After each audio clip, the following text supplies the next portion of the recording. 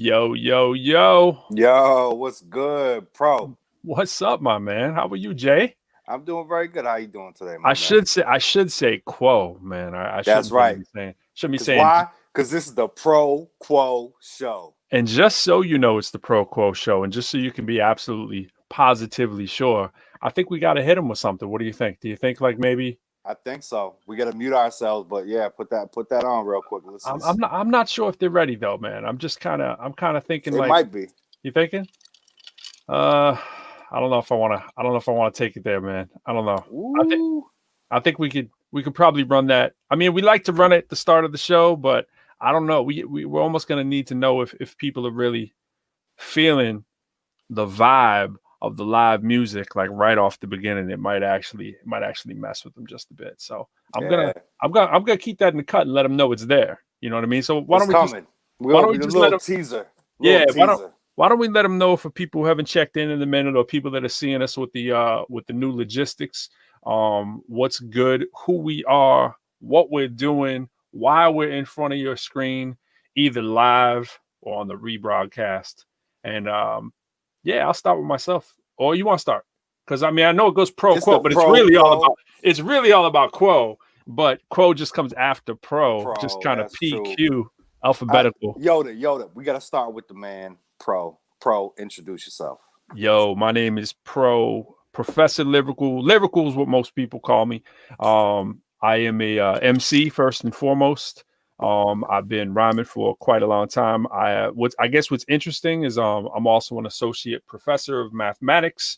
You don't always hear that go with MC, but we're gonna try to break that rumor. We might try to break that rumor tonight, as a matter of fact, with somebody we might have stopping through who I'll be really excited about.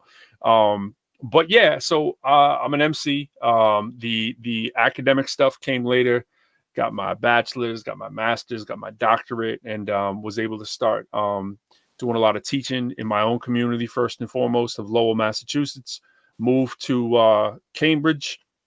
Started pursuing more and more of the teaching because if you don't know Massachusetts is like what Nashville is to music for college and education. You know, I mean, there's like a college on every corner. You know what I mean? So I started teaching adjunct all over the place and adding to sort of my rep that way. And just one thing led to another. And I started getting these opportunities, man. And not the same kind of opportunities that a lot of MCs were looking for, like trying to do shows here and there. It just was tough to do shows here and there. And it really started kind of differentiating me. And so I went from the name Lyrical to Professor Lyrical just to kind of make that more of a foremost kind of assumption so that people would know that there was something different going on there. And that's basically it, man. That's basically it. So that's what I do, man. Tell them about yourself.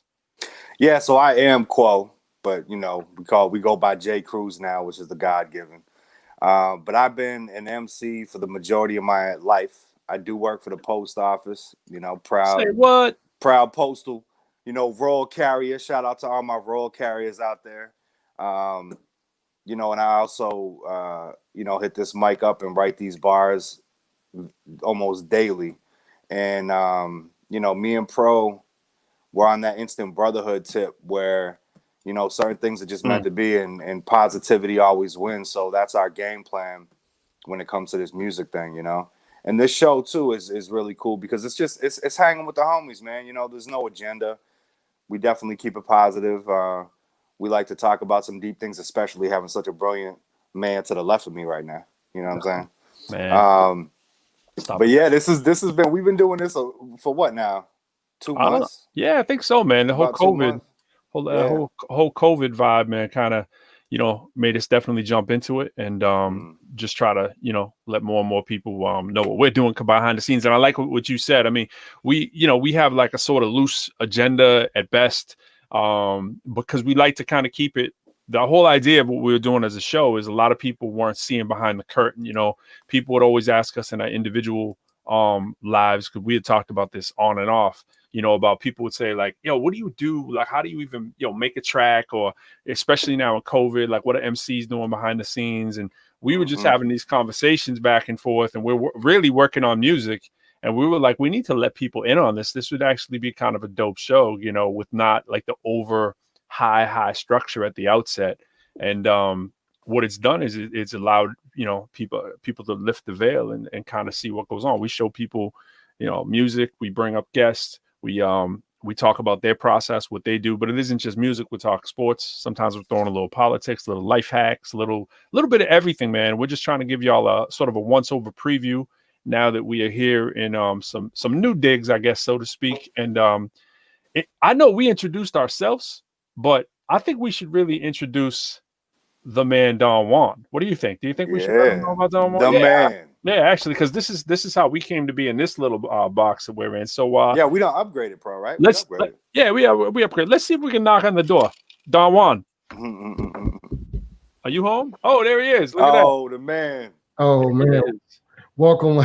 Thank you guys for having me. Thank you for having us, man. We got to flip that script right back at you, man.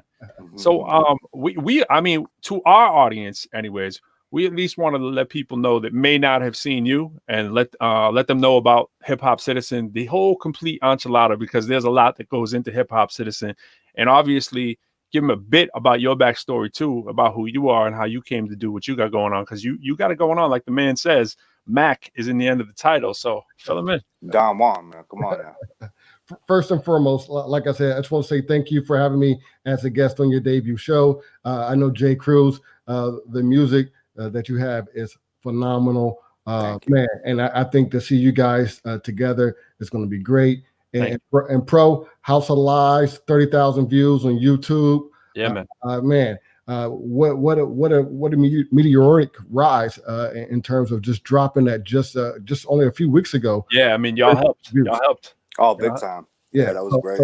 But yeah, like you said, for me, Hiphopcitizen is just what the words embrace. I think it's just bringing around a citizenship around the culture of hip hop, and it's one of those things where it's just a bridge to bring people together. You've been doing that. So, how many shows have taken place over your airwaves so far? Oh wow! I've lost count, Pro, but since we started this streaming actually back earlier in this year, we've done over 50 shows. We've hit over, I think, 6 collectively. You're talking about a reach of over 8 million in that time span. So we've had quite the reach. Several shows, thousands of well, I'm not gonna say thousands, but hundreds of hours for sure. It's a lot out there, to be honest with you, Pro. That's crazy. That's crazy. Big props to that, man. That's crazy. So how did you get into, I'm sorry, Jay. No, ask the question, bro. I just want to know how you got into this game, man. Like, I mean, I know how we came at it. We were like, yo, the shows are gone. You know what I'm saying? The MC shows are gone. We started getting into the MC battles, me more so, like challenges and doing well on those. I really opened me up to a whole bunch of audiences that I realized that people were going through the same thing. It's one thing to know it, to know that MCs are struggling, know that, the entertainment industry, we see the versus battles and so forth. And like on a local level, more so, your doper MCs in your area, they aren't eating either right now off the way that they used to. And that extra maybe, or just even the release for people that's just doing this as a stress reliever too, which is a big part of it. That's gone. And then in a time of stress, hip hop, we know, Jay and I talk about this all the time. This has been sort of our release. And I'm sure that's probably similar for you, but I don't want to put words in your mouth, but I know for us, this was like the release. It was like, hey, we aren't out in the clubs right now. We aren't doing, we aren't all the colleges or what have you in the regular studios. So this was just, a way to extend that. But how about yourself? Yeah, and I can't tell you, Jay and Pro, I'm nervous as I don't know what. As they say in Texas, I'm nervous as a whore in church out here. I never expected to be on this end of the camera, and I'm getting the questions. And I'm like, holy crap! Yeah, I'm starting. But thanks for the question. To be honest with you, it just started with social media. I've always felt like if I'm going to be on social media, I want to do something that's more or less engaging. Right. The ability to interact with people all around the world. We've had people who called into our platform from South Africa, Trinidad and Tobago, United Kingdom, Saudi Arabia, United Arab Emirates, so many more countries all around the world. The feedback has just been phenomenal, and it's great to circle myself around some independent hip hop artists, many of whom have gone on to become majorly signed artists and selling and streaming millions of songs around the world to this day. That's real dope. No doubt. That's real dope. Congratulations, man. That's you got to have a starting point, and for the fact that, like I said, man, when I heard hiphopcitizen.com, I was like, this is it. This is the one. You know what I mean? So yeah. Oh, thanks. It's dope. He thought it was my URL, man, when he heard I was coming up on your show, and he was like, "Yo," I was like, "Yo, check this out." I was like, "Oh, who's that?" He's like, "That URL is so dope, man. Like, how did you get that?" I was like, "Well, I didn't, but yeah, exactly. I know the people who do." So yeah, and funny story too, just for some of the people again lifting the veil. We're all about lifting the veil, so you can, we don't want people to get scared to come up on the show, but we're not gonna say you're gonna be exposed, but we're gonna expose some stuff, right? Because it's as MCs too, that's important. Like vulnerability, definitely important. Definitely letting people, like Jay came right out and he's like, "Yo, I work for the post office." I'm like, "Yo, I'm a teacher." You know what I'm saying?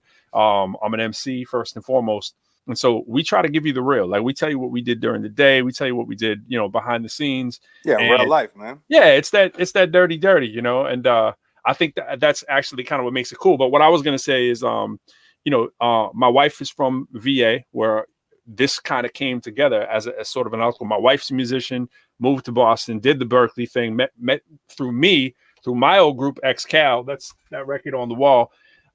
They split. Fee and Rubia went to back where they were at. I was in Lowell. They started doing their thing as a duo, and I moved to Cambridge. And then, we were like, okay, what are we going to do musically? They started doing a spinoff, basically like just them two. And I was doing stuff with a group in Cambridge, Invasion. A lot of that stuff behind me. Shout out Invasion for real. Yeah. 9 WERS. What's up? Absolutely. Thanks, man. But Fee hits me up and he's like, "Yo, you got to come check out this show, right?" And I'm just giving you the big scheme of this so people get the behind the scenes again. And so Fee's like, "Yo, you got to come check out this show.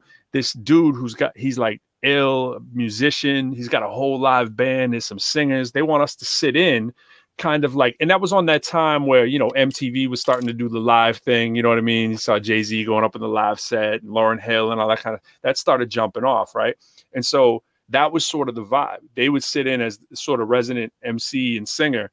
And he was like, "Yo, Lyrical, you gotta," well, at that time, probably still, Lord, "Yo, you gotta come check out one of our shows. In fact, if you want to get down on the song or you want to come check us out, come down, check us out." So I go down to Boston, check out a show at a club that I'm promoting. I had a Friday residency at Access that I was promoting every Friday for about a year.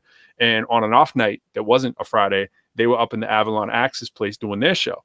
So I go in there, I check the show out, and I see this young lady up on the stage singing, Nicole Love Jones. And I was like, "Yo, she's ill. Like, she seems like, why is that incredible singer almost doing background?" And they're like, "Well, they do a lot of different things, multiple parts, whatever. Ruby sings on some of them. She's lead on some." I'm like, "Yo, this is crazy." So I started talking to her, blah, blah, blah. One thing led to another. We got married a few years later. After I had hired that whole group to be my background band for my album release when I did that Infinity album back there. So they learned the songs that way. Great album, by the way. Great album. Thank you, man. Appreciate it. And so she wasn't thinking so when she had to learn some of the songs. She's like, "What is this dude talking about? Who's this rapper?" You know what I mean? And like, she was into the, jazz and R&B and hip hop and stuff too. But she was like classically trained at UVA. So there's my story. She's from Virginia, went to Boston for Berkeley. That's how we met. We only get down because my group member calls me to come meet her. And we're on the same flyer for a show one day. And I still have that flyer. And now, we're married. So you and your crew knew my wife from back in the day. And if that probably didn't happen, I might not be here right now. So always love to bring a full circle, man. Small world, it goes back, Pro, to you just never know, how life turns out, and the people that you meet, you just never know if you see them again. Absolutely, man. Absolutely. You got to chronicle it all down, man. Let people know that how you meet people is important. How you treat people is important. The jibber jabber that you say at a club one night just to sound cool or whatever, that might get you over for 5 minutes or whatever. But for longevity in this game, there's got to be substance. There's got to be stuff there, especially now in COVID. And, we've been talking about this. Jay and I were talking about this the other day. Look at the Grammys. Have you seen the Grammy nods for hip hop album of the year? Yes, I've seen some of the nominations. Absolutely. Yeah, man. It's back It's a good to like swing, man. yeah, man. So I mean, 5'9". Nas, you know what I'm saying? Like, I mean, and some names that are a little bit newer too. But the thing is, the style of the music that they're looking at is substance. It really feels like substance because people are indoors. They ain't bouncing in the club like as much. So people are listening to what you're saying. So it's been long due. And I'm not saying that you know, bouncing music doesn't have its place. It absolutely does. But why can't you sometimes, you know, do both and have people focus on what you're saying? And Oh, for sure, man. Absolutely. I agree.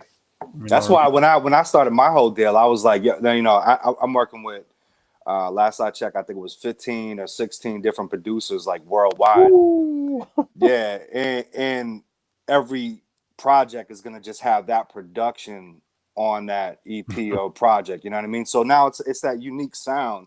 And I've got my boy from Florida that he's 808s all day. Yeah. You know? And then I got that classic, like, you know, French producer that got that boom bap. So you need that variety, but content is obviously the key. I see Dialect's comment there too, man. You know, he's talking about the mumble rappers that hating on nominees. Yeah, for sure, man. I mean, it's gonna happen. It doesn't need to happen that way because I'll be honest, right? I'm not one of them heads who's like, yo, like this is awful. A lot of it is poor. I will say that, right? There's a lot of it that's poor. I'm not going to front that I'm like bumping in my whip every day. You know, stuff that's come out over the last. You know, it's to me, it's like that rhythm music. That new school sounds got a lot of rhythm. I mean, when your daughter is 2.5 years old, yeah, and man, she's going along with the record, you're like, yo, that's why they hit. There's something there, right? You know what I'm saying? But my thing is like, why not do both, right? Why, you know, and even on the mumble thing, like to give it its due, and I think we're past the mumble phase, you know what I'm saying? Yeah.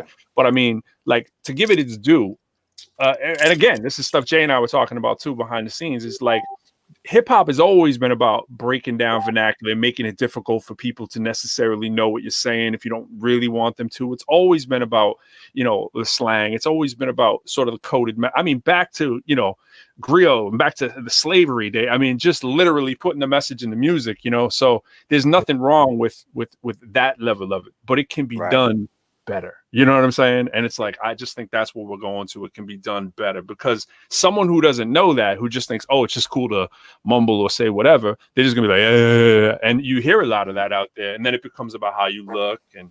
And then dudes don't know that your shelf life is limited because we can just get someone else who has zero talent just like you to come along and replace you, who looks cooler and got more drip, you know? So that is not the longevity formula, man. You know what I mean? So absolutely not. And a lot of people don't want to say that because they're like, oh, I'm going to sound old. And that's a whole nother thing. MC's afraid to sound like mature adults, right? Because they're like, oh, that'll play me out. People, the last thing you want to be called in hip hop is an old, for some reason, right? Like it's not cool in hip hop to like respect the vets like it is in other art forms, you know, which again is just ludicrous. But it's like, why can't you do both? You know, when I see a dope older MC or a dope younger MC, I'm excited. I don't care.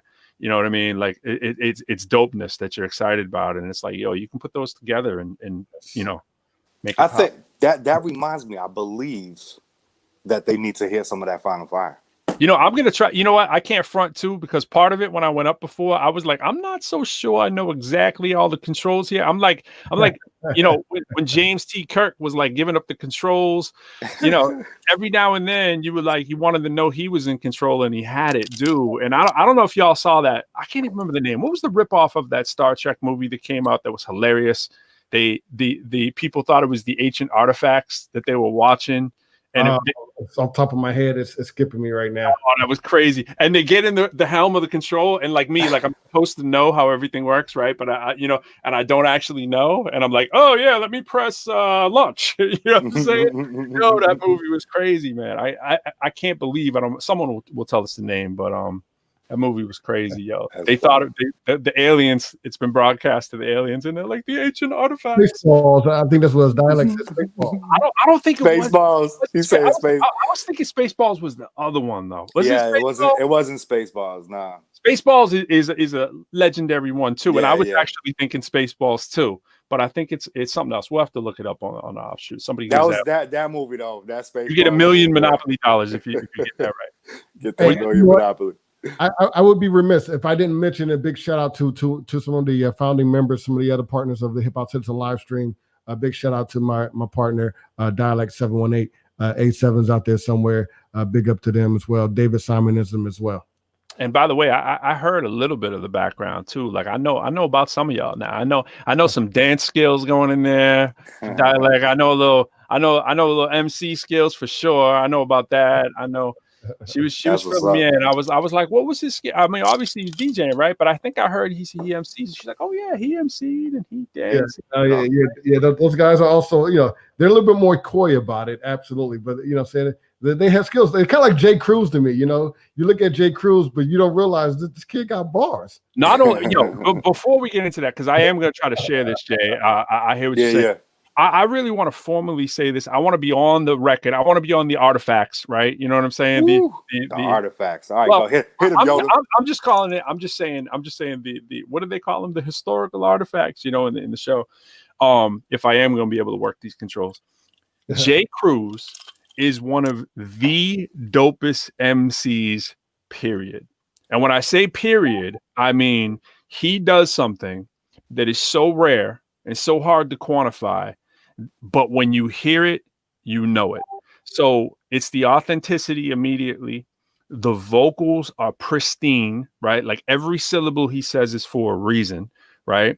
The way that he lays the words in is like, I was saying to him earlier today, it's like tapestry. It's like fine woven, it's like that thick tapestry. It's like that thick tapestry. Like if you want to put it on the wall. I used to have one, this thing on the wall. I didn't even know if it was called tapestry or if it was called a rug at the time. And I used to be like tapestry. And I wasn't even sure if that was the right word, but I had it all like displayed up in the mills and Lowell. It was actually a rug basically that had like the history of Lowell, but I used to call it tapestry.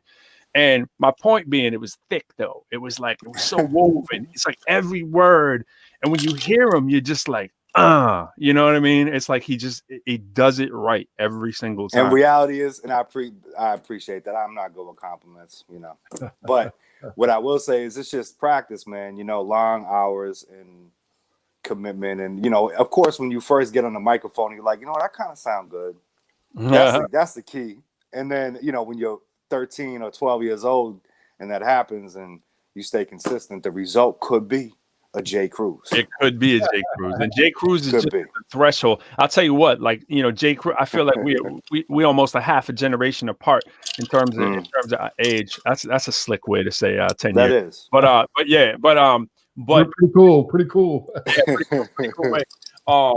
That's one of those vague words, generation, right? I'm always like, is that like 20 or is that, is it a generation? Like when do you have babies? You know what I'm saying? Yeah, right. Could it be 14?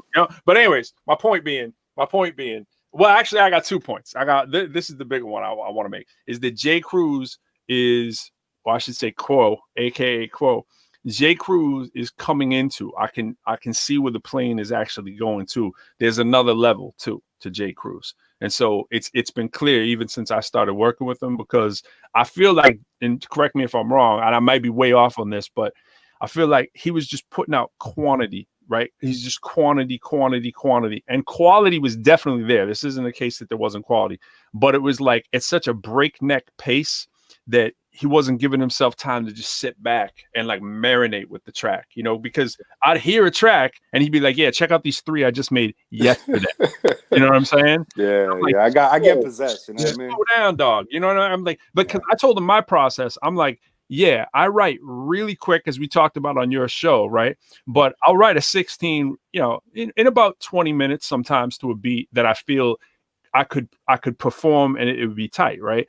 But I know that if I marinate on it, come back to it tomorrow, walking around the house thinking about, that third line when I said ill, what really should I be saying instead of ill? You know what I mean? For a day, I'm thinking about the word ill. You know what I mean? And then like, the next day I'll listen to it and I go, oh, what about that rhyme at the beginning where I said begin? Maybe that should be proceeds. And so all day long, I'm thinking about words that sound like proceed. And sometimes it's that first word. The first word that comes out your mouth can send you in a direction that you know what I mean? Yeah. And so Jay is now like, to me, it's like I hear even more like just it's kind of layering. I'll see where it started. I'll see where it's going. I'll compare it to the last song, and I'm like, oh, he even took those in between words. Now they're on a different level. He uses in between words that most MCs don't really do. Like they'll just say like and or but, and he's like, you know, got some whole word in there that don't even mean and or but that's kind of what he meant by it. And I'm just like, yo, how did he even think of to put that there? You know, so I'm excited about it. I'm going to try to share it. I might screw it up. So it's a good thing we got Don Juan the Mac here to help me and coach me through it. So I'm all right. So I'm going to try it. We got to mute our mics. All right. I like that syllable practice. That's right, my man. All right. You got to get that tongue loose.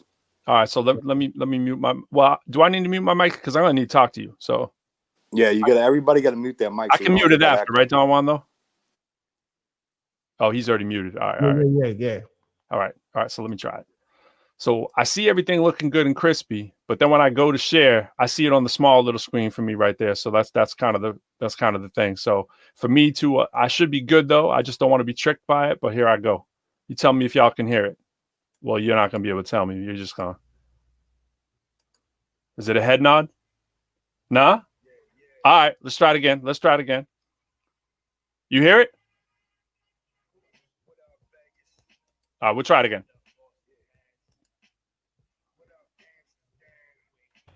Volume up. Turn the volume up. All right. Immaculately crafted in these halls, hieroglyphs. Born and translated, the vocabulary's obvious. Throw your arms later when the beats is the catalyst. You hearing it or no? No, I think all I hear is that I think you turned your. Yeah, I don't know, man. It sounded crispy the other day, but. Yeah, let me try one more time. So how low was it? Was it real low? It was audible, but like barely. All right, so that means it wasn't coming through the way I wanted to. Let me try it one more time. I think I got you this time.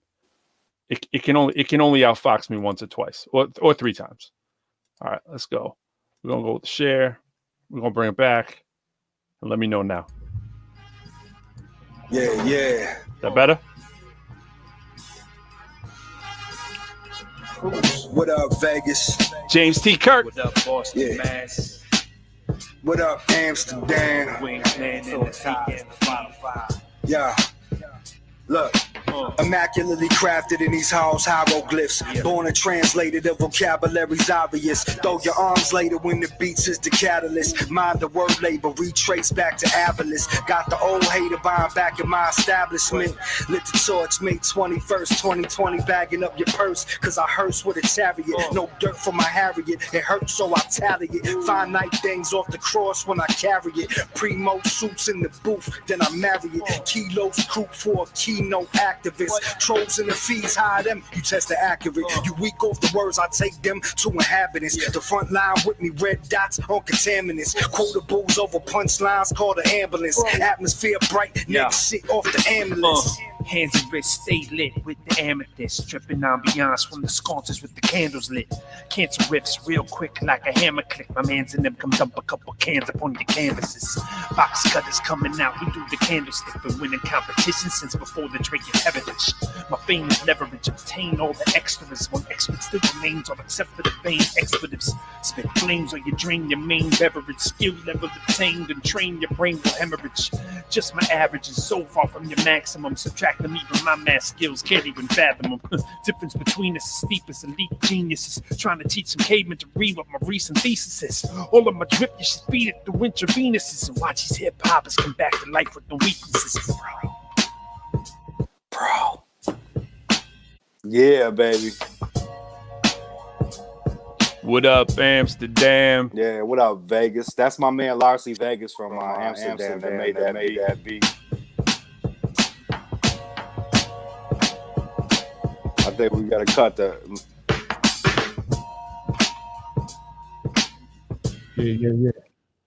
Yeah, man. He's real nice, man. Yeah, man, for real. Yeah, shout out Larcy Vegas.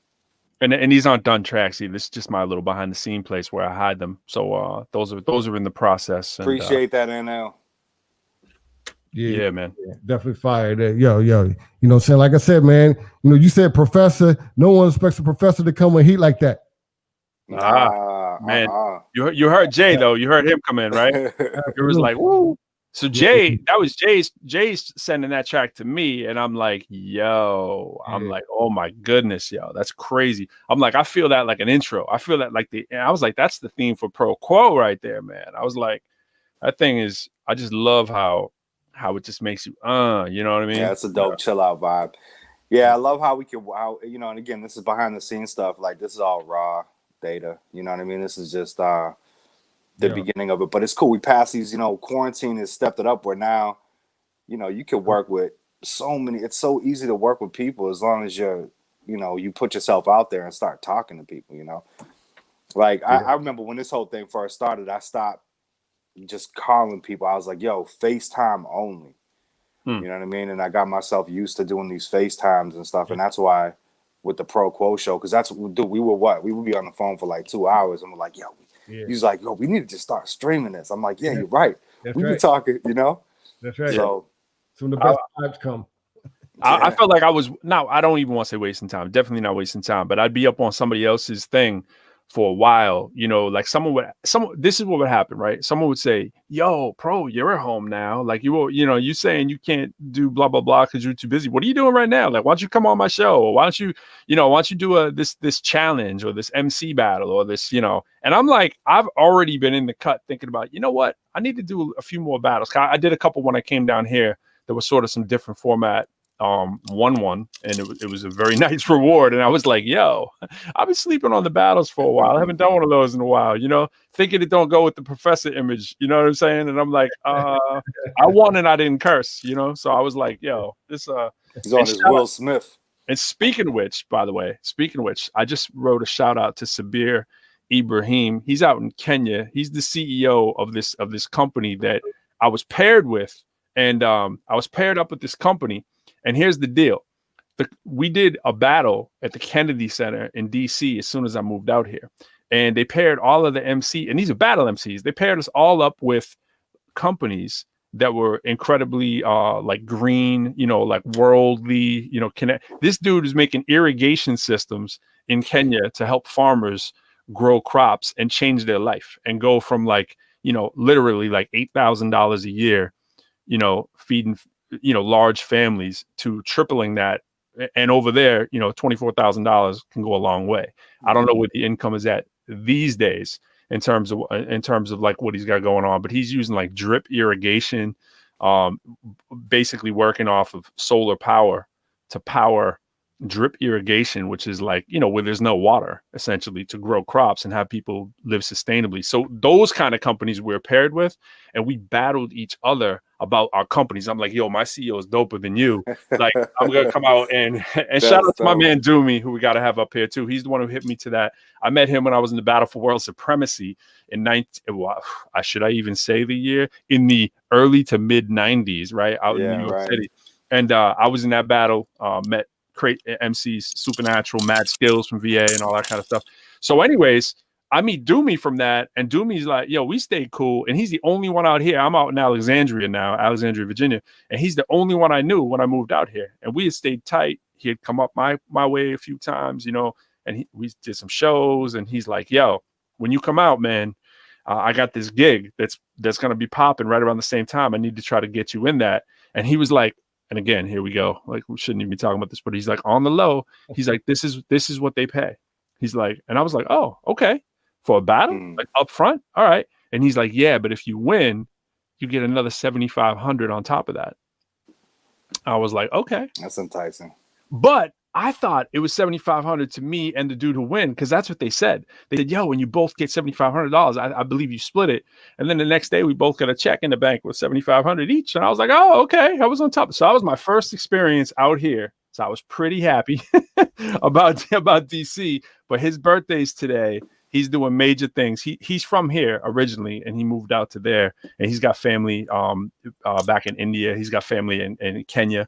And so I'm like, yo, I got to shout out my man, Sabir Ibrahim. The dude came out and beatboxed in the middle of the second round of my battle. And he was all buttoned up, you know, CEO or whatever. Dude is a nasty beatboxer. So you think it's weird being a professor rapping, which we're going to dispel that myth in a few minutes, or doing spoken word poetry. as my man Tony Keith Jr. is gonna let him know who we got in the box waiting. Y'all don't know about Tony. He's got a well, you know, we need to do though, right? We need to let them know the most official, unofficial sponsorship. Who is it? I'm not even sure I know who it is tonight. Twisted Cap. Oh, it is Twisted Cap, man. Come on now look at it's good because it's almost all Sprite's trying to get some of this action now. Oh man, I didn't even know that. That's cool because I thought what it was right here. I don't know if y'all can see that. I thought it was the Museum of Science in Boston, Massachusetts. I thought it was them too. Science because I've been bringing the little man there since he was little, and I'm like, I think Museum of Science and Pro go together. I think ProQuo. You know what I mean? And because you got to be talking about delivery, man. It's delivery. 100%. You got to get people in and out that door right there, right in the middle of Cambridge and Boston, right there by the Galleria where it's all busy, in and out. And they, you know what's funny? They do the duck tours right there too. Right. Yeah, they do them duck tours right there. That's how they be bringing in those people. They bring them in by the boatload. And it's like, it's all about the people who know the city, the ins and outs. Be bringing in those people. You got to bring postal delivery people up in there after what they went through in this election. My goodness, you got to have a whole wing for postal delivery. Serious. Absolutely, man. Big props. So we got Tony Keith on the line. Man. I don't want to like say too much about him before, but I do want to big him up just a little bit and not steal any of his thunder. So this Dr. Tony Keith Jr. right here, we got too much academics going on in here right here, but he's the real deal. So he's a spoken word poet, and he's doing this project that has to do with other poets and MCs and hip hop as well in higher ed. And so this is an accomplished spoken word poet who's like the real deal. I mean, he's out there and doing his thing. People like, they don't, in other words, it's not an academic who's a poet. It's a poet who's also an academic. You know what I mean? Right. And so, and who's taking it to the ranks of where he needs to be, where people are like, oh, okay, I see you, doctor. And his dissertation is crazy. He'll tell you about that. He'll tell you about the project. I can't wait to have him up here. So, Don Juan, man, I know you behind the scenes. Can I do the magic knock one more time before we get Tony Keith up here? I just want to do the magic knock. I like that magic knock. That's because the thing. I want you to try it too, because it's not just, I don't want to just be, the only person who's at the controls, because after all, I got the chair like Kirk, but I can share the chair, man, at any given time. So I want to share the chair, J Cruz. You want to knock on that door and see? Let's do that knock. All right. Oh, wait, we got to go on there we go. You got it? Yeah. Oh, you didn't have the touch. Hold on. I didn't knock hard enough. I'm going to try it one more time. I'm going to knock. Let's see if it works. No. It doesn't work. Yo, the door's closed. Oh, wait. Tony Keith is. Yo, Tony Keith. Yo, y'all are crazy, man. What's going on, doctor? How are you? What's up? Peace, everybody. What's up? I'm so geeked you were able to come through, man. Yo, Me too, for the man. invitation, man. I Tony. really appreciate it, man. It's a Friday night after a holiday, and that's y'all out here getting busy. That's what's up. Yes, that's what we said. We're like, yo, it's normally this is like the homecoming thing. Yeah, people are too cool for school right about now. Yeah. They're trying to be up in the club, but not this year. Although depending on where you are in the world, because some places they really don't give a shit. Oh, right preach, bro, preach.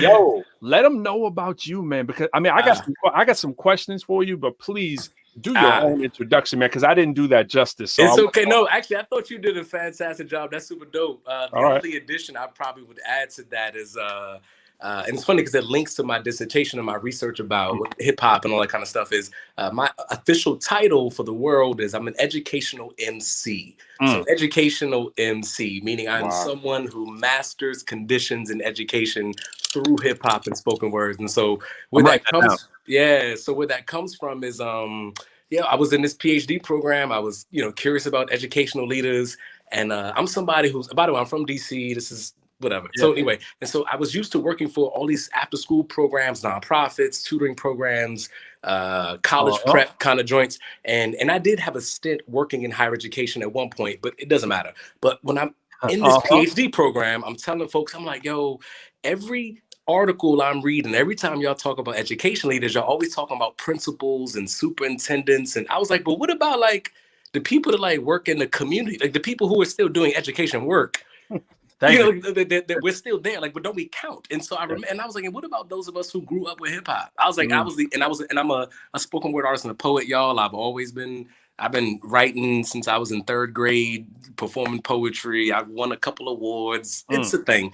I was like, yo, but what about those educational leaders who are based in these community spaces or whatever, but who also are like into rhythmic spoken words? They're rappers, they're MCs, they're poets, they're like, what about them? And so anyway, so that turned into this crazy study. And so that's where I'm at right now. So last year, I interviewed 10 people, y'all. It was so dope. These were 10 people who were just like me, who work out of community-based spaces, who are educators, who are spoken word artists or poets. I had Jessica Care Moore for people who really, really know the history of spoken word poetry. She was on HBO's Def Poetry Jam. I had Jessica Care Moore. Wow. I had MCs out of New York. I had this cat, Yusha Assad, based out of DC right now. I had fire people, interviewed them.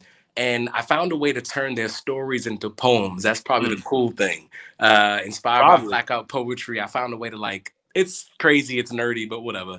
Turn their stories into poems, and in their poems were these wonderful pieces of language. And one guy that I interviewed, his name is Brandon Valenzuela. He's a MC out of San Francisco.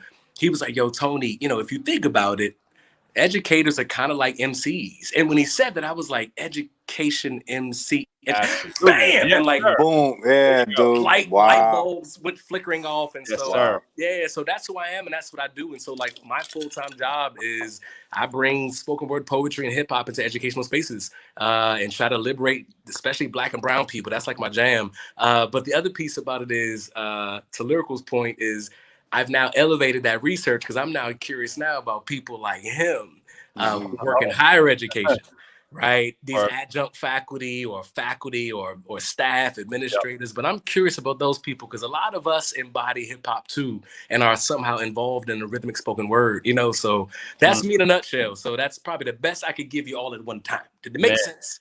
That's a great man. Brilliant. You did the elevator speech on steroids right there. Yo, it's crazy because I feel like so much of what I try to do is to make knowledge accessible, right? Shout out to hip hop. Is because even when I defended my dissertation, for real, when it's a more complicated story. But first of all, here I am, a Black man, and I'm interested in research about hip hop and education, right? So there's that. And the chair of my committee love this guy, but it was a struggle. He's a 70-something-year-old white man who's a former superintendent in the state of Texas. What? And so trying to, academically talk about hip hop. Been there, bro. Oh my gosh. Yes. The code switching, right? It was nuts. But anyway, so when I finally got him bought in, it dawned on me like, yo, I need to make sure that this information is accessible. So what I did was, before I defended my dissertation, before they said, Dr. Tony Keefe, you did the thing with this EdMC shit, I defended my dissertation for the public at a restaurant in DC called Busboys and Poets. Yes, sir. They fully support spoken word poetry movements and artists, and they're dope. But I had my mom there, my grandmother, my father, cousins, and I wanted to make sure that my language was accessible. Yeah. So that's the key thing, you know what I mean? So I appreciate when you were like, yo, that was the elevated speech, because I'm like, I've been trying to perfect that shit for absolutely. You got it. Tony, man, your energy is amazing, brother. Thank you, brother. I appreciate it. And I'm like have this so all the much time. I can tell. It's passion, man. That's what he's not telling you, and I'm gonna big him up a little bit. What he's not telling you is he's been winning the grants, the award to actually be able to do this and put this together. You know what I'm saying? So for those of y'all not in the academic circle, which is maybe a lot of you, I'm not sure necessarily who's listening, who's not, but that's part of the whole game, right? It's about how you can generate revenue for your institution, and typically that follows you whatever institution you're at most of the time. So if you're at an institution and you have a grant writing resume and pedigree, and if you have the ability to win these awards, usually you can come as a funded professor or academic into your institution, and they're like, oh cool, you've generated $2 million over here, okay, what else are you going to do? Let us know about your agenda. So when you start getting those grants behind your name and people start seeing you successful, you're going to get attention from the academics. They're going to be like, oh, Tony, what were you doing exactly? Yeah. You know what I'm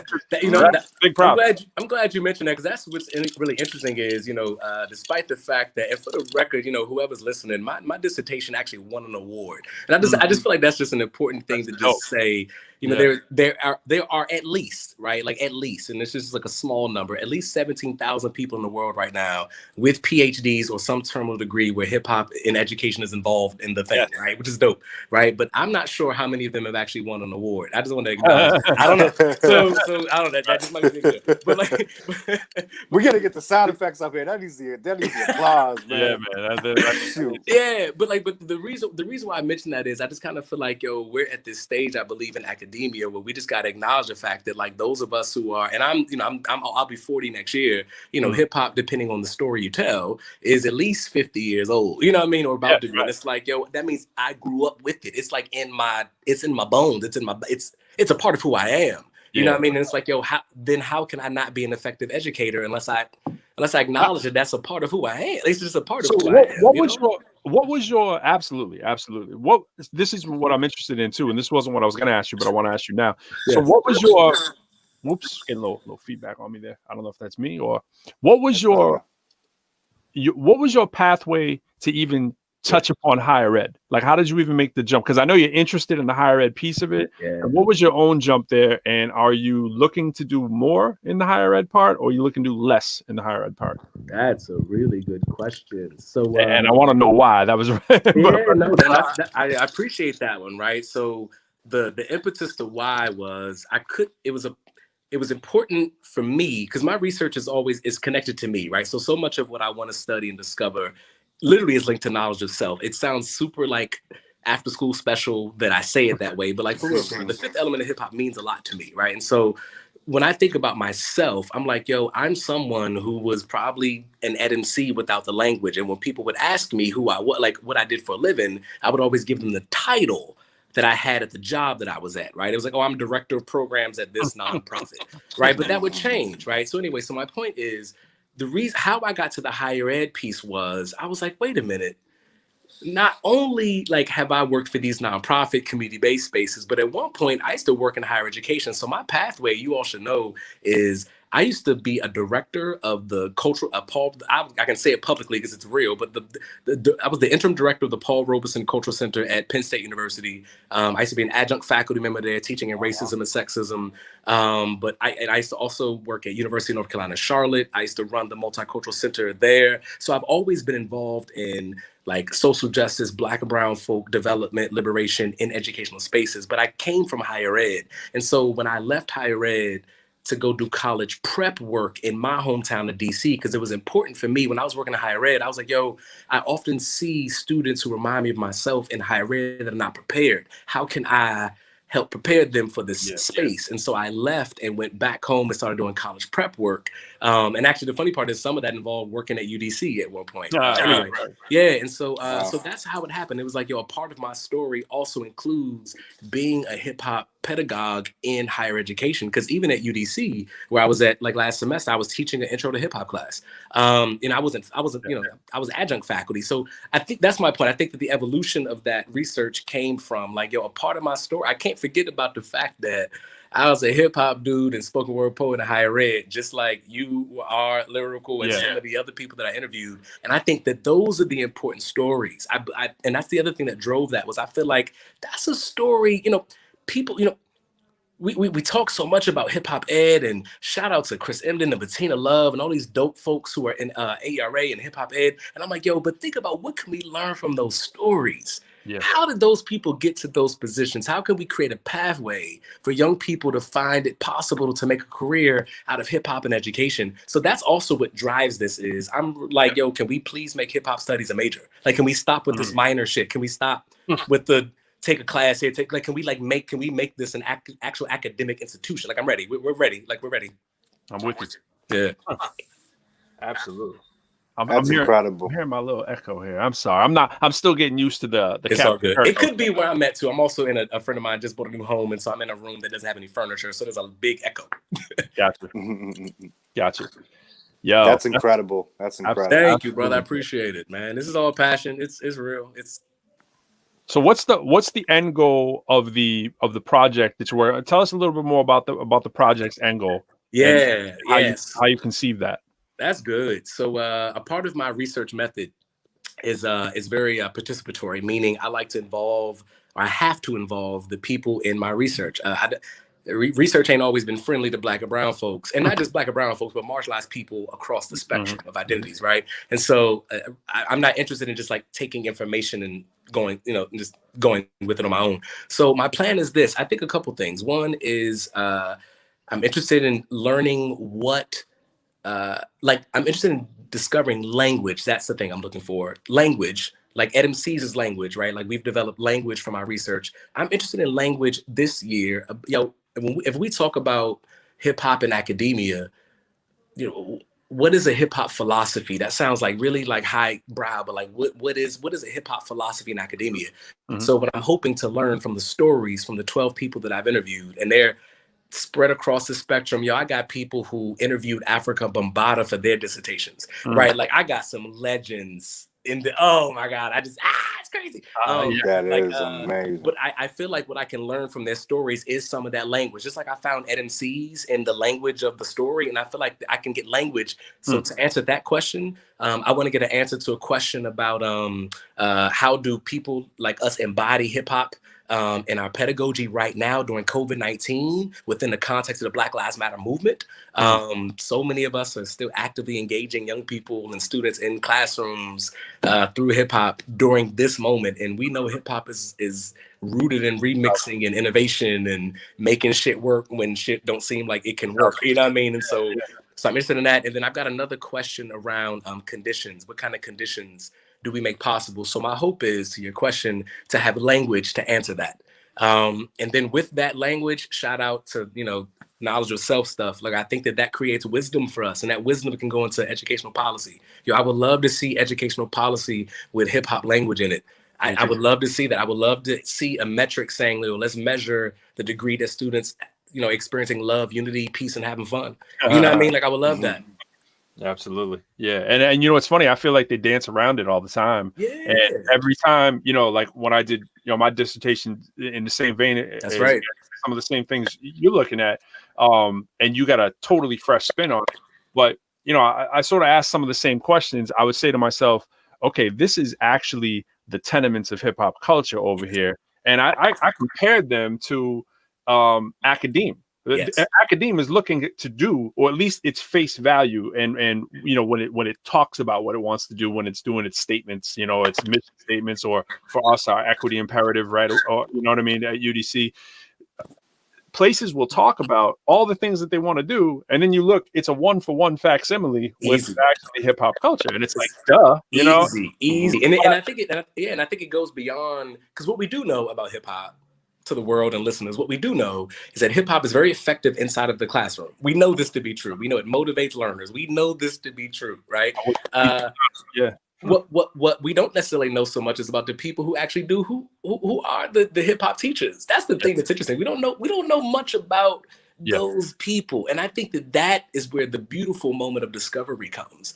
Is, wow, what can we learn from these stories? Because I believe so much about hip hop is just being authentic. I would love to see an educational space, especially in academia, where I can walk in, and I do this anyway because I kind of don't give a fuck. But like, I know you're going. You seem to say, like, well, I can walk in like this, and this is professional. Absolutely, this is professional. This is professional. You know what I mean? Like, Like that's the world that I would. I don't mean to put you on the spot. I don't mean to put you on the spot with this, but do you remember the name of the young brother who wrote about the same thing? He was the youngest tenured professor in the history of the country, I believe, and he talks about being able to. I borrow this from him all the time. His name escapes me at the moment. He talks about being able to walk in with a snapback on and letting young people know that this is academic.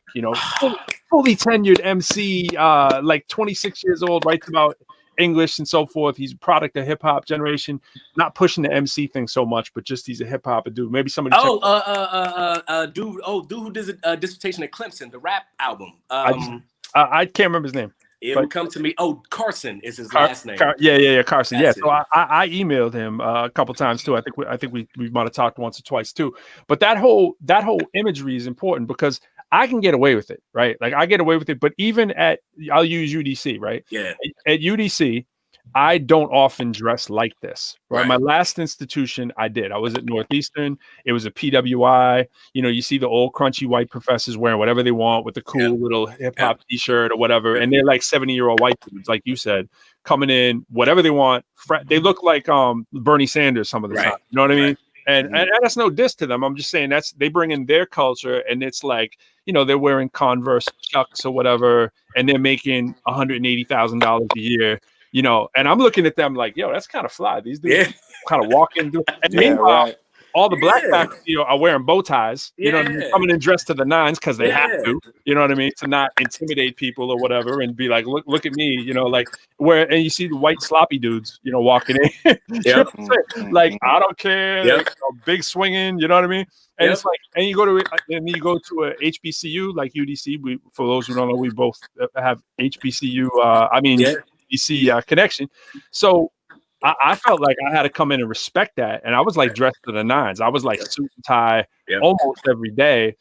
Even though they're like, yo, you're Professor Lyrical, you're the rapper guy. Like, you know, and you talk about that authenticity. And I always get in this conversation and I'm like, every time I do an interview or there's cameras in my office or something like that, I'm like, yeah, but I know the powers that be at this institution. What kind of, I don't mean UDC. I mean, every institution I've been have kind of been like, yeah, but is he going to be rapidy, hippity hop? Right. Is he going to be thinking it's time for Mr. Wizard to do rap show all the time, you know, and he's going to be with his homies and that's the look you get all the time. So I have to, in a way, do the same thing that I feel like black professors would have to do at a PWI. You know, I'm like on the other end of the spectrum at the HBCU, you know, and I'm happy to do it. I'm just saying that feeling somewhat of a similar feeling, maybe. It's all about performance, right? Like whether it's a racial performance, right, or whether it's a hip hop performance, it's an academic performance. We are always in the world is our stage. We are often engaged in performing every day. I perform black masculinity it's a whole performance every day, and I'm gay, so there's a whole performance of that, right? Like I think about like intersectionality. Exactly. And I think that in the academic space, right, like you're right, I think there's spaces where we can disrupt in some kind of way, right? And so depending on where you, again, I'm the black guy at the PWI who loves to disrupt. I love it. I love showing up to work. I would love to show, because my work would speak for itself. That's right. That is always the key. That's always, I'm like, the work will speak. I tell my students the same thing. I'm like, yo, you can be like the crunchy Bernie Sanders dude who comes in. If you kill it the first month you're there, if you kill it, you can come in shorts. And they can't say shit. Nothing. So now, now you got people. You know? Yeah, now you got people like you and me, like hip hop academics, and I got an award-winning joint, so they can't tell me shit. Absolutely, yeah. Can't tell me. You know, people walk by and they'll go, "Oh, that's his office." Right. What they gonna say, Jay? What they gonna say? I'm like, sorry, my joint won an award. What's your? They ain't saying nothing. Absolutely. Yeah. It's funny. I just to like, you know, when I think about like that appearance, you know what I mean, like. Russell Simmons, when he got married, wasn't he in like Tim's and a hat and all that? Yeah, like that was cool. Like when you can be that authentic and stay. Yes, you know, cool, but it didn't keep him married though. Yeah, because it resonates with your audience, right? And when you think about, and I'll probably shut up about this, but like I'm thinking about that evolution of higher ed MCs. I'm like, yo, we know again, hip hop works like that in classrooms. When students see, especially in public schools, right, where mostly are black and brown kids. Anyway, when they see educators who look like them or can relate to them, they don't gotta look like them, but if they can relate and their authenticity, that helps young people learn. Absolutely. Who's to say that doesn't work the same in college? Like, of course it does. It's the same thing. You know, college students want their professors to be cool as shit. For me, it was an old. I was saying this on one of our shows before with Jay. I was like, for me, it was like an old 75-year. Not that that's even that old, but it was like, you know, it's funny how we project that. You know, it's like this dude was like hip as all could be. This old Indian professor. A professor of economics who moved to America. I thought he was cool as I thought he was smooth as all day, you know? And I was like, yo, this dude, I could see myself doing what this dude's doing. I could see myself before that, I didn't have any image. There were no cool professors. You know what I'm saying? To me, a professor was a straight nerd. I was a borderline nerd who didn't want to, pun intended, come out of the closet, right? And let everybody know that I was as nerdy as I was. My accolades didn't come from being a nerd. You know, they came from not being a nerd, you know, but here I am, you know, being, you know, sci-fi, math, science, you know, quantum mechanics dude on the sly, liking numbers. You know what I mean? And I see this guy, and I'm like, yo, I could actually see the way. It wasn't that he was like quote unquote cool, like rapper swag or anything like that. It was he was cool in his own element, and he was like, "This is who I am. That's right. What I do.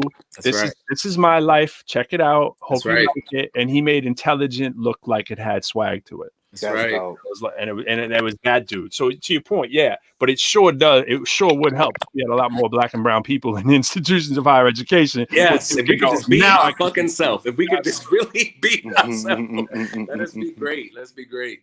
Yeah, that's going to inspire other students to want to become professors. It inspired white students. You know what I mean? It would inspire black students, brown students. Absolutely. Because white students falling asleep in classes all day. You know, it's called the hip hop culture, which is perfect for the show, right? Hiphopcitizen. It's a hip hop citizen. You are part of that culture, and that makes us brothers and sisters. Bottom line, right? Word. Yeah. Yo, when is the project gonna be finished? Project will be done. So I'm in the middle of for people who don't know nothing about nerdy kind of things. I interviewed 12 people, and I've gone through all of their transcripts, which are dope. I turned them all into poems. So I am currently I'm currently looking at the poems, trying to find some themes. That might take me another week or two. But December 7th, I'm gonna be doing like a performance / presentation / performance, I guess, or whatever, of the findings. It's very similar to what I did for my dissertation last year. Should be pretty dope. So I would say around December 7th, I'll have some concrete kind of things. And then after that, the world is all mine. I don't know. Let's see. All right, though. I typed that in. December 7th? Yeah, December 7th. December 7th, Monday, December 7th, 6:30 p.m. I'll shoot a little link out. It's being hosted by the Anacostia Arts Center, which reminds me, I should probably do this quick thing because you had mentioned grants before. And I was going to say, this is one thing that I'm really grateful for is the grants that I receive don't come from academic institutions. The dope part is they come from the city, like DC, Washington, D.C. supports my work. And so, and because of that, I use that money, one, to keep my lights on, but two, to make sure I can make this knowledge accessible. So just thank you for this public moment, because this is also shout out to DC Commission of the Arts and Humanities and Humanities DC. We know Anacostia needs that, man. We had a student of mine up here a little while back, see Steez, and I got to go see Steez. I got to go. Boy, that's how. Hey, shout out Southeast. I see Southeast in the building. Yeah, he rocked in Anacostia too, up at a church, and he did Kwanzaa performance. It was just like other level, man. It was just, it was the second time I got to be out there over by where the radio station is on the corner, broadcasting out in the street, and it felt to me a lot like a lot of neighborhoods in Boston, you know what I mean, or Lowell or whatnot. That it's just kind of like gone through it. There's the gentrification thing you can kind of see on the edge. Kind of coming in, and there's probably people that beg going, is this going to be good for us? Are we going to get left behind with this? Or, I'm still feeling my way through the communities out here, but it's real good to see that people are in tune with the arts. We got to go. I went to a spoken word night at a bookstore over there, a closed store, bookstore kind of thing, and a vibe in a little like mini, not a mall, but like, it was dope to see. And for everybody who is checking out this and who's thinking about, DC when this stuff gets over, not only check for Tony Keith, check for Busboy and Poets, like he said earlier. That's restaurant, spoken word. It's just like, what is it, like 8 of them or something like that? I couldn't talk about it, but shout out to Andy Shalal and his work, making sure that Busboys continues to be a staple in DC, and it definitely fosters a spoken word poetry culture, but also immigrant rights and justice. And I'm just really, it's a space that I'm very proud that supports my work, for real. So look, y'all, I feel bad. My phone is on 4%, so I'm getting that red. We're good, man. You gave us what we wanted, man. That was amazing. What we needed. Our whole format is come as you are, bounce out as you are. We keep it. I appreciate the love, Lyrical. Thank you, Jay. Nice to meet you, brothers. Y'all take it easy. Let's stay in touch. The rest of the world, www.tonykeithjr.com. I'm on every social media outlet. You can find me. Educational MC. Peace out, bro. Peace. Good talking to you, man. That was great, man. He is that energy. See, that is the successful people. A lot of successful people have that like untapped, unlimited energy.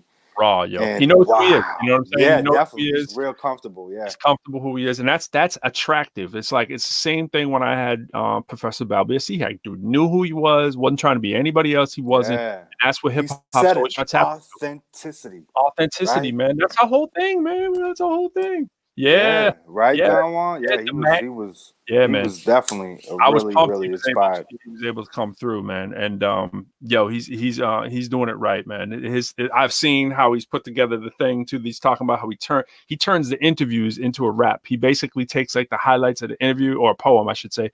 He takes the highlights of it, and I'm part of his project. I saw how, you know, what I said has been transformed into a. He probably didn't know if I was willing to say that or not, or I don't know, but whatever. So I didn't want to go, you know, killing his thing. But I've seen behind the curtain is crazy. He sent me the thing. I was like, what? Yo, this is hot. No wonder his thing won an award. He did that for some dude who's just doing an interview with him. And I'm like, I'm just one of, like he said, those other crazy talented people. And I know some of them personally. And I'm like, yo, he's got the dream team up in there. Oh yeah, so I'm gonna be checking out that TonyKidJr.com. Yeah, that's and something to check out. What he hit on again is what I was talking about earlier. It's about like MCs like knowing it's okay to be intelligent. It's okay, like academic and intelligent is swag. You know what I mean? Stupid has never been cool. I say it in my book, yo. I say that I think that's it on the wall. I say it in the book. I say stupid has never been cool. It's just we've been made to think that it is. You know what I'm saying? Yeah, it's and I think the problem with that is street, like that term street smart, you know. I think a lot of the people I grew up with, that was a problem. You know what I mean? It was like, let's have street smarts, forget the books. I want to read a thesaurus, dictionary kind of thing. Like we don't. Well, I think that's it. About I mean, education. But that's it. But people that are street smart need to know that there's a place for them in the academy, and the academy now knows that they need them. And so it's like, yo, we need this to basically co-sign our institution.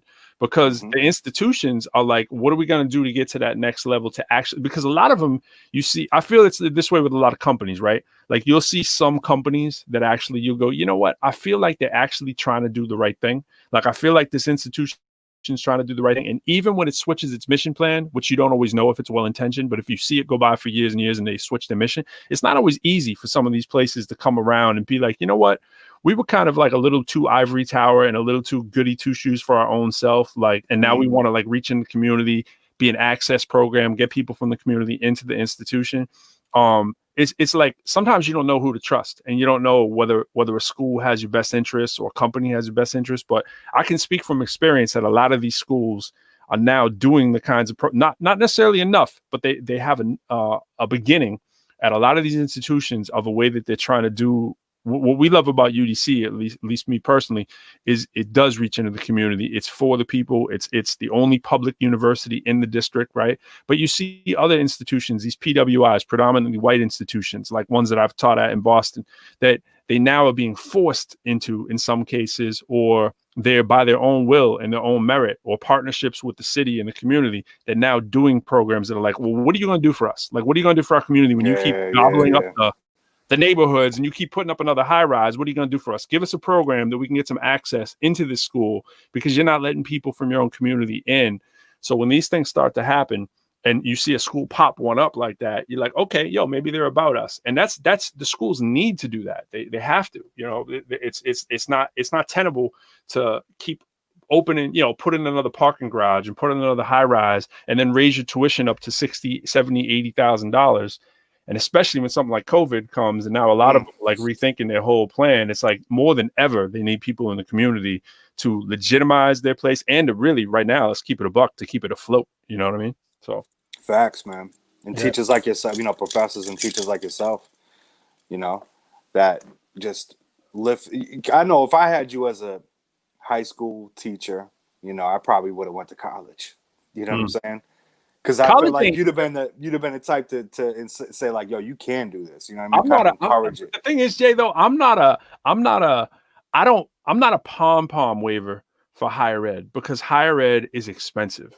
I'm a pom-pom waiver for higher ed that makes sense. Like, in other words, if I could get you, like, let's say I was your instructor, that'd be funny, right? If I was your instructor and you were like 16, because I taught high school first for 6 years in Lowell. Yeah, that's why I said, and I was like, if I could get somebody to figure out that this is a hustle, that you have to show and prove to get, because it's about a check at the end of the day. It's if that school is not paying for you to come, if they accept you and they don't give you a package, they don't really want you.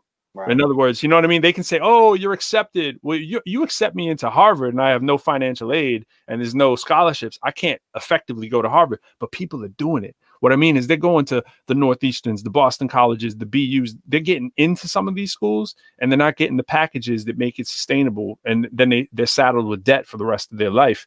And it's really, in a way, unfortunate, because I'd have to say to that student, was it really worth it? Why didn't you go to a public institution? Why didn't you go to a community college for 2 years and then freak it there, kill it, flip that, transfer in, and now pay for 2 years at one of these better institutions so you get that piece of paper? You know what I mean? It's like it's like especially going into it, like seeing if you like it. Right. You know? Yeah. Most of these kids go in, they're like, damn, then they get that debt. They didn't even do nothing with it. My first semester in college, I had a 2.7-ish or something like that. I was, making records and doing whatever. And that's not good enough to have, first of all, to have graduate schools interested in you.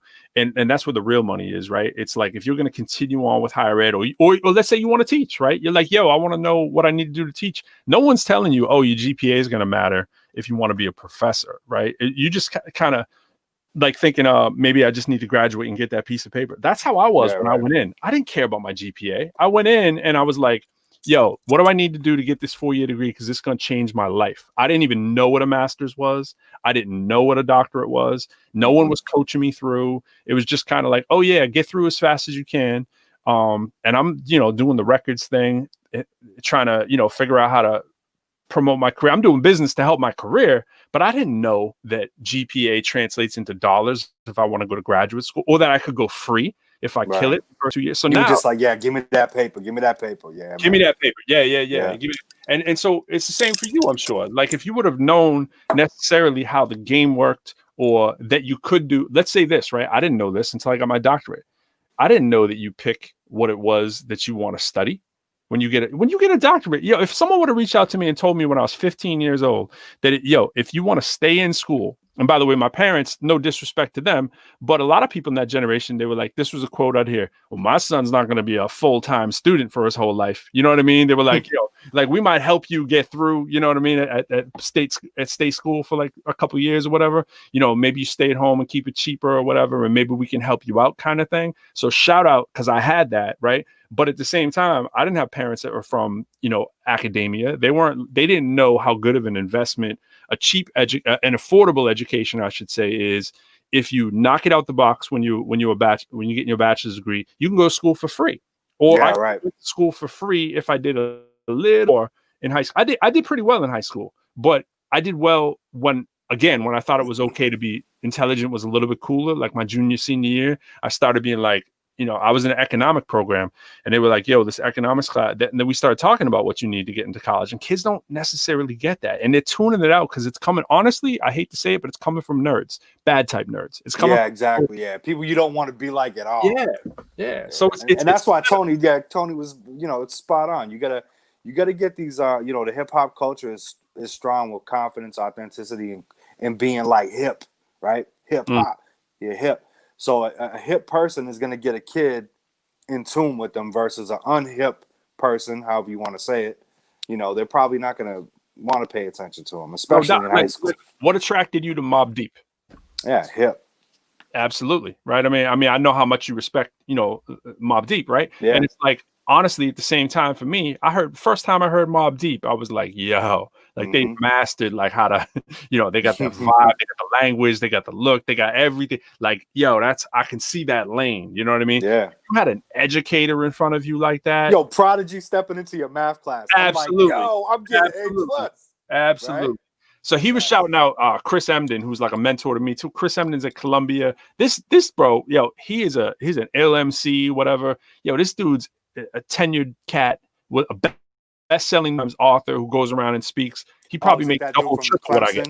That he was saying? No. This dude's at Columbia. He's from New York City. He's from Brooklyn. Oh, okay. And the dude from Clemson he's talking about is the same cat who's now at UVA.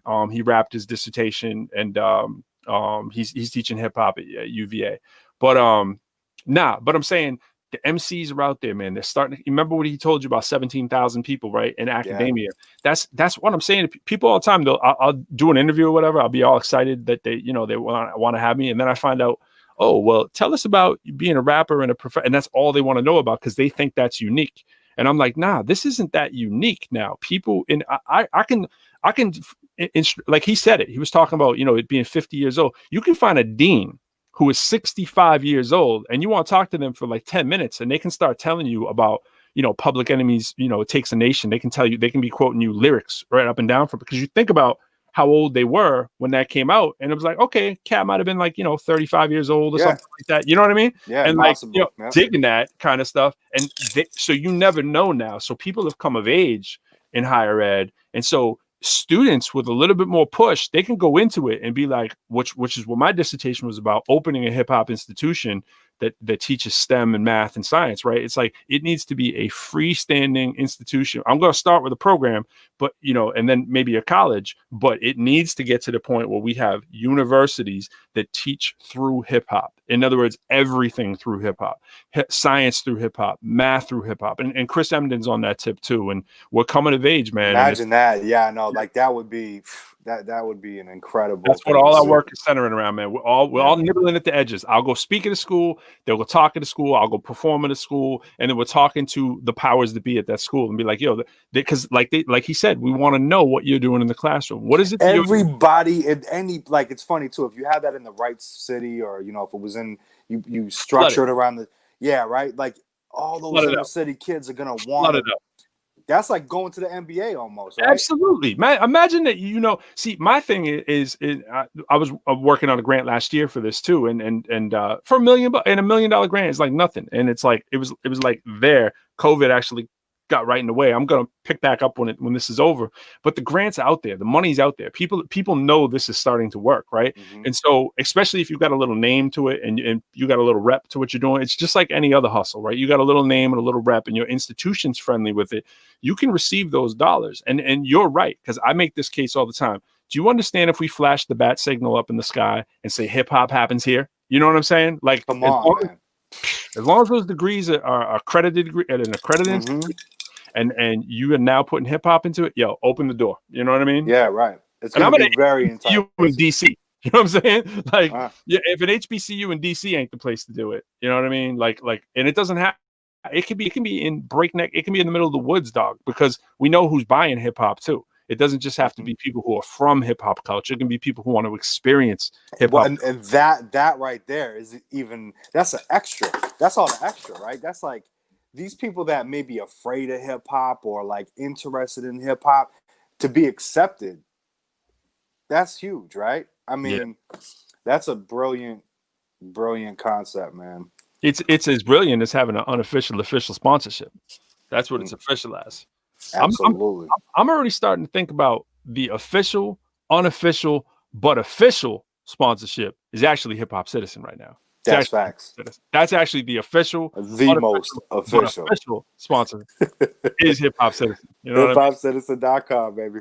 Hiphopcitizen.com, man. But I know that their show's coming on pretty quick. I think right after us, right? Well, that's what I'm saying, man. Right? Yeah. They're coming right up around 11. So they're coming right up around us. You gotta check for them. You gotta check for what they do. I mean, look at these banners. Look at these like scrolling. Like, I mean, they know what they're doing. And in fact, it's only gonna get more lovely and more pretty. You know what I'm saying? But they got it down. They got the game down. I feel like we're the JV. And I'm okay with it. I am too, man. It's all good. We gotta work our way up to varsity. Absolutely. I feel like we're the JV. I mean, we might have some varsity mic skills. We might have SM, 58s on our varsity jacket, 1200 logo. Pro, we in the pros with that. We in the pros with that, right? There's no ProQuo. There's no ProQuo like that. There's ProQuo like this. Yes, exactly. That give and take, baby. Somebody asked me, they said, yo, what's up with the ProQuo? They didn't get the thing. And they were like, yo, are you trying to like you pay for play? I was like, no, dog. No, we the opposite. We will give you play. We don't have any sponsors right now. We ain't there. We be talking about our sponsors. Exactly. Yo, I got one though. I gotta let them know. This is yo, I gotta let him in. Yo, got the new whip today. Yeah. We were talking about that car stuff. That's sexy, man. Shout out to my man sexy. Ricardo. Thank you, man. Shout out to my man Ricardo, who started it off. You know, he helped the bro, you know, make sure that he got that insurance check, you know, that came for the old car flooded. The car was flooded out. Not that kind of flooded out. It was flooded out for real. Got the check. He was like, yo, you in VA, you know, make sure you check on that total comprehensive loss. You might be getting a check instead of being out your entire car. Got that check, walked me through the process. Dude he's my man though. He's my man. He's on the A1 kind of people, you know what I mean? And that's what right. I was telling him the other day. I was like, dog, I was just coming by your spot just to get like a soda and gas. There's nothing wrong with my car, just to say, yo, what's going on? You know, but he'd be pretty busy in there or whatever. But he's like that kind of dude, you know what I mean? Yeah, so shout out to Ricardo. And shout out, I talked about Annapolis, right? I talked about Annapolis Genesis. They will fly. They helped me out. You know, shout out to Charlie doing the MC thing. But they even helped me out to find, you know, they were like, yo, look at some other whips over here, whatever. And they couldn't do the deal that I was looking to do. And I understand, no harm, no foul. But I found one today, made that happen. I was last minute here getting up on the show. I know I say the G70 line in our track, but cop the G70. So happy about that. Mm-hmm. It's the one I wanted, man. So big shout out to I can't even remember the name of that dealership. What was it called? Safford. I don't know all the places out here, but it's out in like Alexandria, Fairfax, or whatever. They were real cool. Yeah, I want to shout out. In fact, yo, check it out, man. I told dude to listen. I don't know if he's listening, but I said, you know what? I'm gonna forget all the people over there. So shout out to I think Terry was the dude who actually hooked me up with the car. But I want to say, see if I got it here, man. I know this is riveting radio right here. My man Carlton, I don't even want to get it wrong. Carlton Calloway, man, hooked me up with the made it happen. I came up with some crazy numbers. I said, look, man, I'm a math professor. My class actually is working on leasing right now. Like if they're watching, they know they're working on this project right now. They work on the difference of leasing and car sales in this general education class that we have that's basically for liberal arts majors. So it's not like they're doing calculus in this class, right? Yeah. So we're working on like real life skills. And I'm like, yo, let's this car, we're doing loans and interest. I'm like, I'm going to teach you the real deal to how to lease a car and how to buy a car. We're going to go through money factors. We're going to actually go through like, you know, how your credit actually works on the car. We're going to compare and contrast the loan to buying the car. So I'm like, you got to do this. And they presented on it the other day, and their written reports are due on December 1st. So when I got there, they're like, oh, let us explain to you, you know, money factor. And I was like, yo, bro, I was like, on the real, I just got to actually tell you how this deal has to go down. Like, I'm like, I know your price is this. And this is actually what I've calculated that it should be at. I'm factoring in for depreciation. I'm factoring in for, you know, the residual value of the car. I've ran the money factor, blah, blah, blah. You know, the dude's like, yo, what's going on? And I'm like, man, I'm not a pro. Scratching his head. I'm a pro on something else, but I'm a math guy. I run the numbers, whatever. And in a former life, I was an Enterprise rent-a-car manager where I rented my car. Shout out to Enterprise. Another official, unofficial sponsor. That's definitely a big unofficial, but so could be official sponsorship. They could. You know, I could see Enterprise, you know, say, yo, hook up an old employee and a man who drives every day, man. A man who drives. All you got to do is play. All you got to do is have a commercial with us in the background, y'all. Yo, could you imagine it? You know, I'm going to probably get you in trouble on this one, but this is the unofficial sponsor. Damn. Shout out to the U.S. Postal Service, right? Because, like, I'm wondering like this, right? Facts. Are they okay with you bumping music in the? Can you bump music in there? Yeah. My girl got the little, you know, the wireless Bluetooth thing, and she bumping her music. So literally, then nothing can. I'm hope I'm not getting you in trouble here, but nothing stops you from freestyling in the whip. Let's say, right? Like, I mean, that's you know, it's amazing because with my job, like, you know, if I disappear in my head for a second, I can make a mistake that easily. It's real easy. We talked about that a little. Yeah, it's difficult to multitask when you're doing like, so many things. So you bring the headphones when you hop out the car, then, you know. So you listening to the tune when you're driving and you freestyle. Like as an example, my girl she'll play her music or whatever. If anything, I'm gonna listen to audio that I don't have to, you know, distract. I could just put it into my computer, and I'm not, you know, it's not distracting me from my work. But if I start rapping, bro, I'm telling you right now, I'm gonna be crashing the car. I'm gonna be hitting the mailbox. Well, you know what I'm saying? Who know my illustrious history know something similar has went down in my past. You know, so I was driving rental cars, and let's just say that a lot of nights coming home from New York City, you know what I'm saying, might have hit a curb or two. Yeah, right. I mean, might have dented a rim or two, and you know, might have put a little ding on my my enterprise record there. Yeah. But I'm just gonna say this to all the MCs though. I mean, the bigger thing is you think about it, right? You're driving. Honestly, you do get to vibe out, you know what I'm saying, to an extent in your job. You don't have a boss screaming over your head at this stage of your career, right? You're your own man, you know what I mean? On your other side hustle, you again are in a whip, you know what I'm saying? Yeah, that's easier to do for sure on the dash. Yeah, definitely. My backstory, dog, I was enterprise rent-a-car delivering cars, right out of college. Before that, I'm in high school, and first car, another official and unofficial sponsor. Shout out to Domino's. I was a Domino's delivery man, right? So I'm delivering for Domino's 24/7. I'm trying to deliver those pizzas, right? If I could, and because you're 18, it's like I told them that I could actually drive a stick. Now I didn't tell them I could drive one well. I'd only been in one before. And I burned their clutch driving their truck. Yeah, and so that's how I learned to drive on a stick. So the next car went out I got was a stick.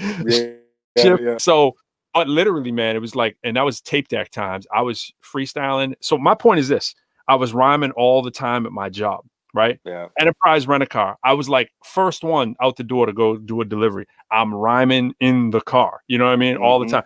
The other jobs I had in high school and college, both of them I got so that I could be rhyming at my job, sitting on the computer, typing rhymes, rhyming. So people go, yo, how do you find the time? I've looked for careers that have had big pockets of off time, and literally teaching would not fit into this realm if teaching did not also have that. I wanted to be teaching, and I love teaching. It's dope. Don't get me wrong, but I cannot front on the free time and the off time that we actually have, which is needed, by the way. And again, I'm like your job. I can't be rhyming at my job. You know what I'm saying? I can't be like sitting up there, but my job gives me a lot of time off to actually do when I'm at home. You know what I mean? Yeah. And that was my key. When I saw, I could work a 4.5 hour day and get paid 7 hours. Yeah.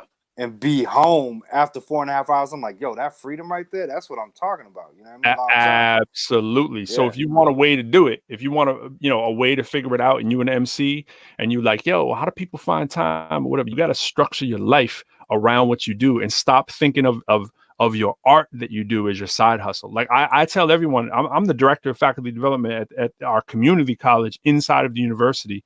And I teach at the university and the community college from time to time, whenever I can, right? And so my full-time job is doing that faculty development piece. And I tell every single one, even though my title is associate professor and I only teach like one course of math, right? I say every semester, that's dope too, don't get me wrong. But I tell all of them, they used to think I was kidding. I came in the first meeting and I was like, hey, my name is Dr. Peter Michael Plord. Many of you know me as Professor Lyrical, an MC.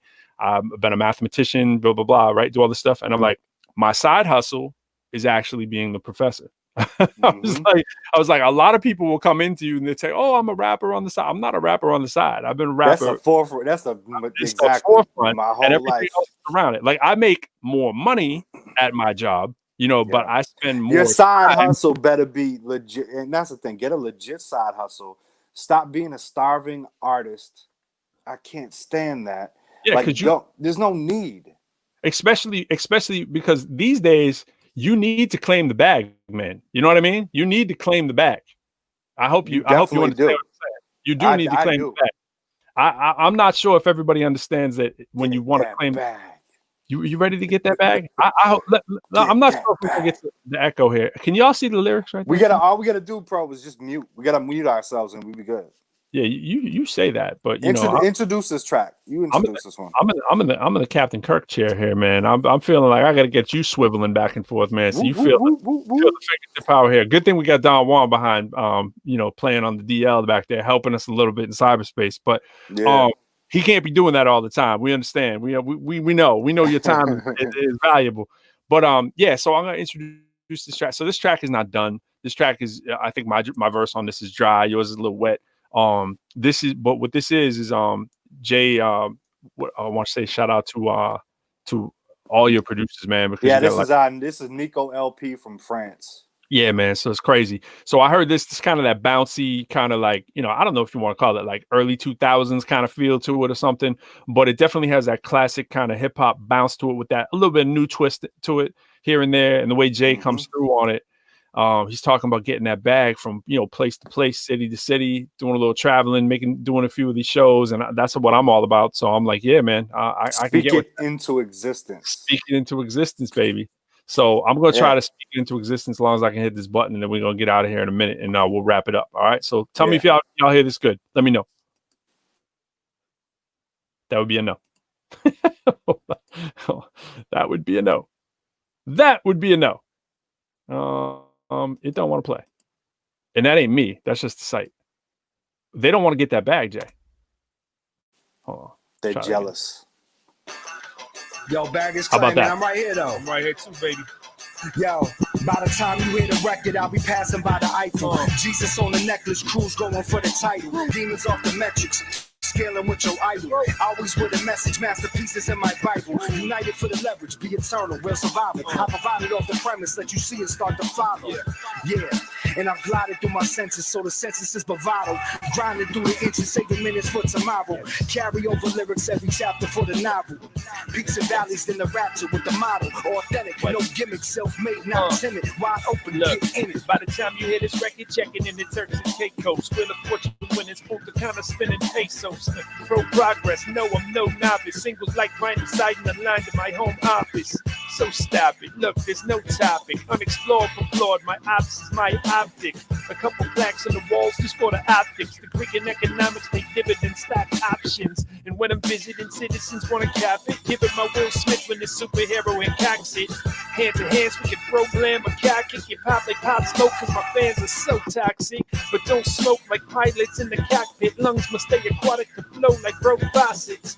Non-violent is a rule, but don't cross it. Crews get on them jewels, but dudes, I'm no nonsense. I'll turn the cheek but once and then I'm boxing. Body you in a bag that won't fit in that top bin. I'm locked in, so again, the diagnostic. If y'all don't believe in the God, you're diagnostic. Oh Lord, say Claude, how you get him on the record? Lightsaber, no sword, guess we both futuristic. Round table billboards, hardcore, altruistic. Tongue raise up mic cause, so you know we go ballistic. But ballistics always missed it. Yellow tape around artistic messages from Chuck D. So Adidas laces missing. You know how I run me, DeLoreans all over sketches. Catch some bomb beat, I don't mess with politicians. Knowledge over aid, then code over precious flow, over precious break modes in the essence.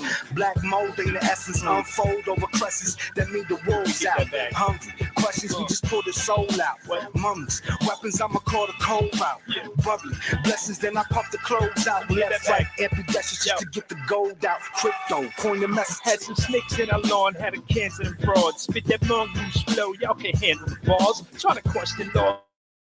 Lord, y'all gonna answer to God, bro. It's not a good look like you in sandals and thongs. Y'all on my spit game, upper echelon, be on a tick chain, fast like moves in the street, making that quick change.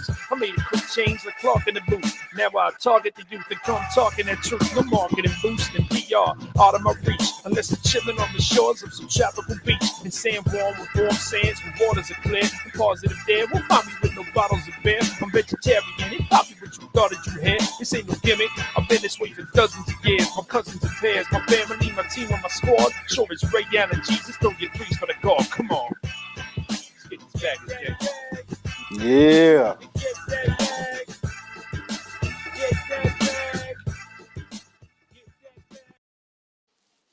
We chilling on a tropical beach. You know what I'm saying? It's that baggage claim for real, man. Get One that day. bag.